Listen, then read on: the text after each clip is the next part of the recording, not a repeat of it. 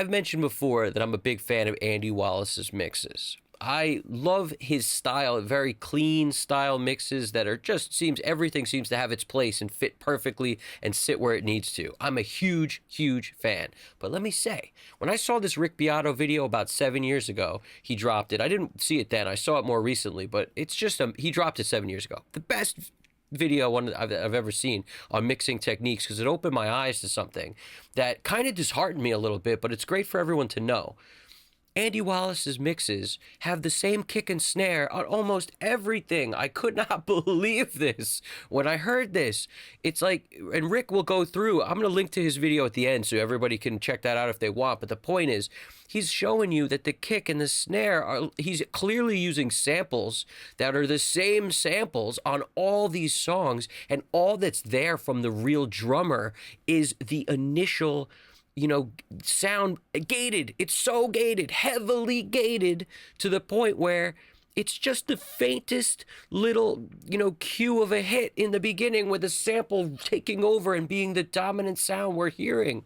I couldn't believe this. It's just amazing to me how you could have so many songs with the same sample on it that all sound very different from a song perspective, because the guitars sound different, the bass sounds different, the instrumentation's all different. But the drums have been sound replaced, samples all over the place, where it's really all the same drum sound. It's just amazing to me how somebody like me, who's especially, I consider myself a decent listener, and I'm sitting over here and I'm like, what? That's amazing. The way he plays the stuff back to back, A Perfect Circle, Rage Against the Machine, Chevelle, he just keeps playing these, and it's like, what? It's all the same sounds?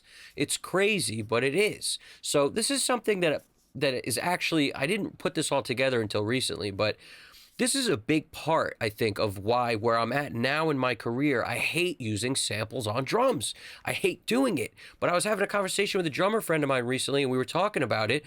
And I had to explain why mixers have been doing this for years. It's because the drums are a very complicated instrument to record and make sound well in a mix. Mainly because there's a lot happening at once, and when you individually mic everything, there's always going to be some bleed from cymbals, hi-hats, ride, crashes that get into these drum mics that you want to be thick and present and fat and long, have nice tails to them. You want to be able to put reverb on them. You want to be able to maybe compress them. All these things you want to do to make something sound great, you can't when you got bleed in it. It winds up ruining everything. You wind up trying to put reverb on a snare that now actually puts reverb on the hi-hat, and all that bleedy hi-hat that got in the snare mic now gets reverb, unless you wind up using a sample that doesn't have any cymbal bleed in it, that you can now blend in with the real sound. This is such a big thing. When I was coming up trying to make drums sound good, I asked this mixer, who's somebody I really respected. I was like, man, those toms sound great. What'd you do to get the toms sound so great? He's like, I use samples. I was like, what? You use samples? He's like, yeah. So it's something that you realize everybody's doing to be able to get the stuff to sound great. And it's one of those things where you're going to start and you're going to use it, and you probably use way too much of the sample. And then over time, you'll use less and less. And where I am right now, I want to use none. I'm at the place where I'm so into music from like the John Bonham style of drumming and, the Kinks. I always grew up loving that. I love the way Ringo sounds. I'm a guitarist first, and I play a little bit of drums where I can get it done when I need to, but it's not like I'm a, technically amazing drummer. So I love the drummers who play for the song. That's the guys I love, the ones who play for the song. I'm not a fan of the show-off flashy guys who can do a lot for no reason. I'm a fan of the guys who play for the song. So when I hear things like, a drummer who's balanced in his playing, meaning he's hitting the skins harder than he's hitting the cymbals. The cymbals can kind of sometimes not get in the way, and then you can get away with not using samples if you place the mics properly, if you use the right mics. If everything is done meticulously, you can get away with not using samples, and that's really, I try to hold myself to that standard now, where I'm like, man, this is the right way to do it for me now because of what I like and my taste. I'm very into trying to make things sound as natural as possible now. And I wasn't at one point. At one point, I just wanted things to sound, as big and, great as possible. Whereas now I'm more like there's a realness, a rawness. I'm trying to capture that. So bottom line, you will be a little bit hampered by not using samples. But if you do things where you're really getting a great drum sound, then you don't need them. You don't need them. And you certainly don't need to use the same ones on everything. This got me thinking so much. It's like, man, he found the right formula for the right kick and the right snare, and then he just used it on everything. And he got away with it. Nobody knew anything about this is the same, or if they did, it wasn't a problem, obviously. So he totally just got away with using the same kick and snare on everything. Listen to this. I'm about to just pop this clip on real quick because I don't want to go too long, but Rick's going to show you just the little bit that they left of the real drums on these songs where their sample takes over most of it. Just check this out. Fair use for teaching purposes. Fair use for teaching purposes. Here we go. That's the identical kick. There's no question about that. Let's talk about how he's using these samples. Here is an example of Rage Against the Machine. That's the snare track, heavily gated. Okay, listen again.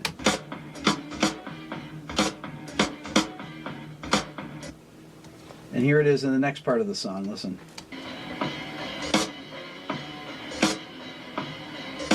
You notice the gate is opening slightly before the snare. Let's listen to the kick drum. Listen to the gate of it.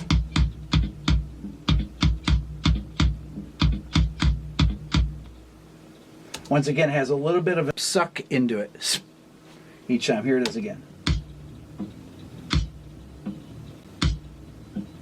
Here's the kick and the snare. They're heavily gated. Listen.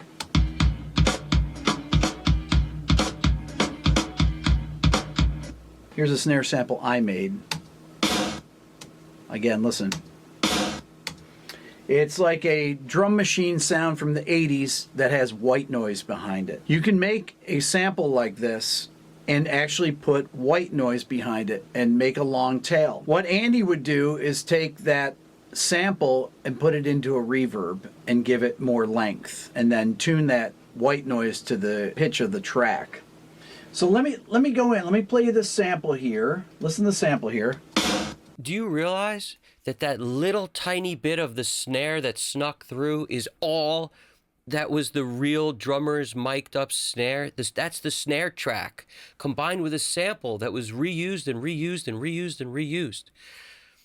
I'm saying, in the world of today where everything is very, electronic based, a lot of samples used in everything, a lot of MIDI virtual instruments, it's like we sort of set the stage for this with that, by accepting that, by not having everything sound totally different the way, the Beatles sound different from the Kinks. Like, we set the stage for this in a way, what's happening now with music, by just that being okay.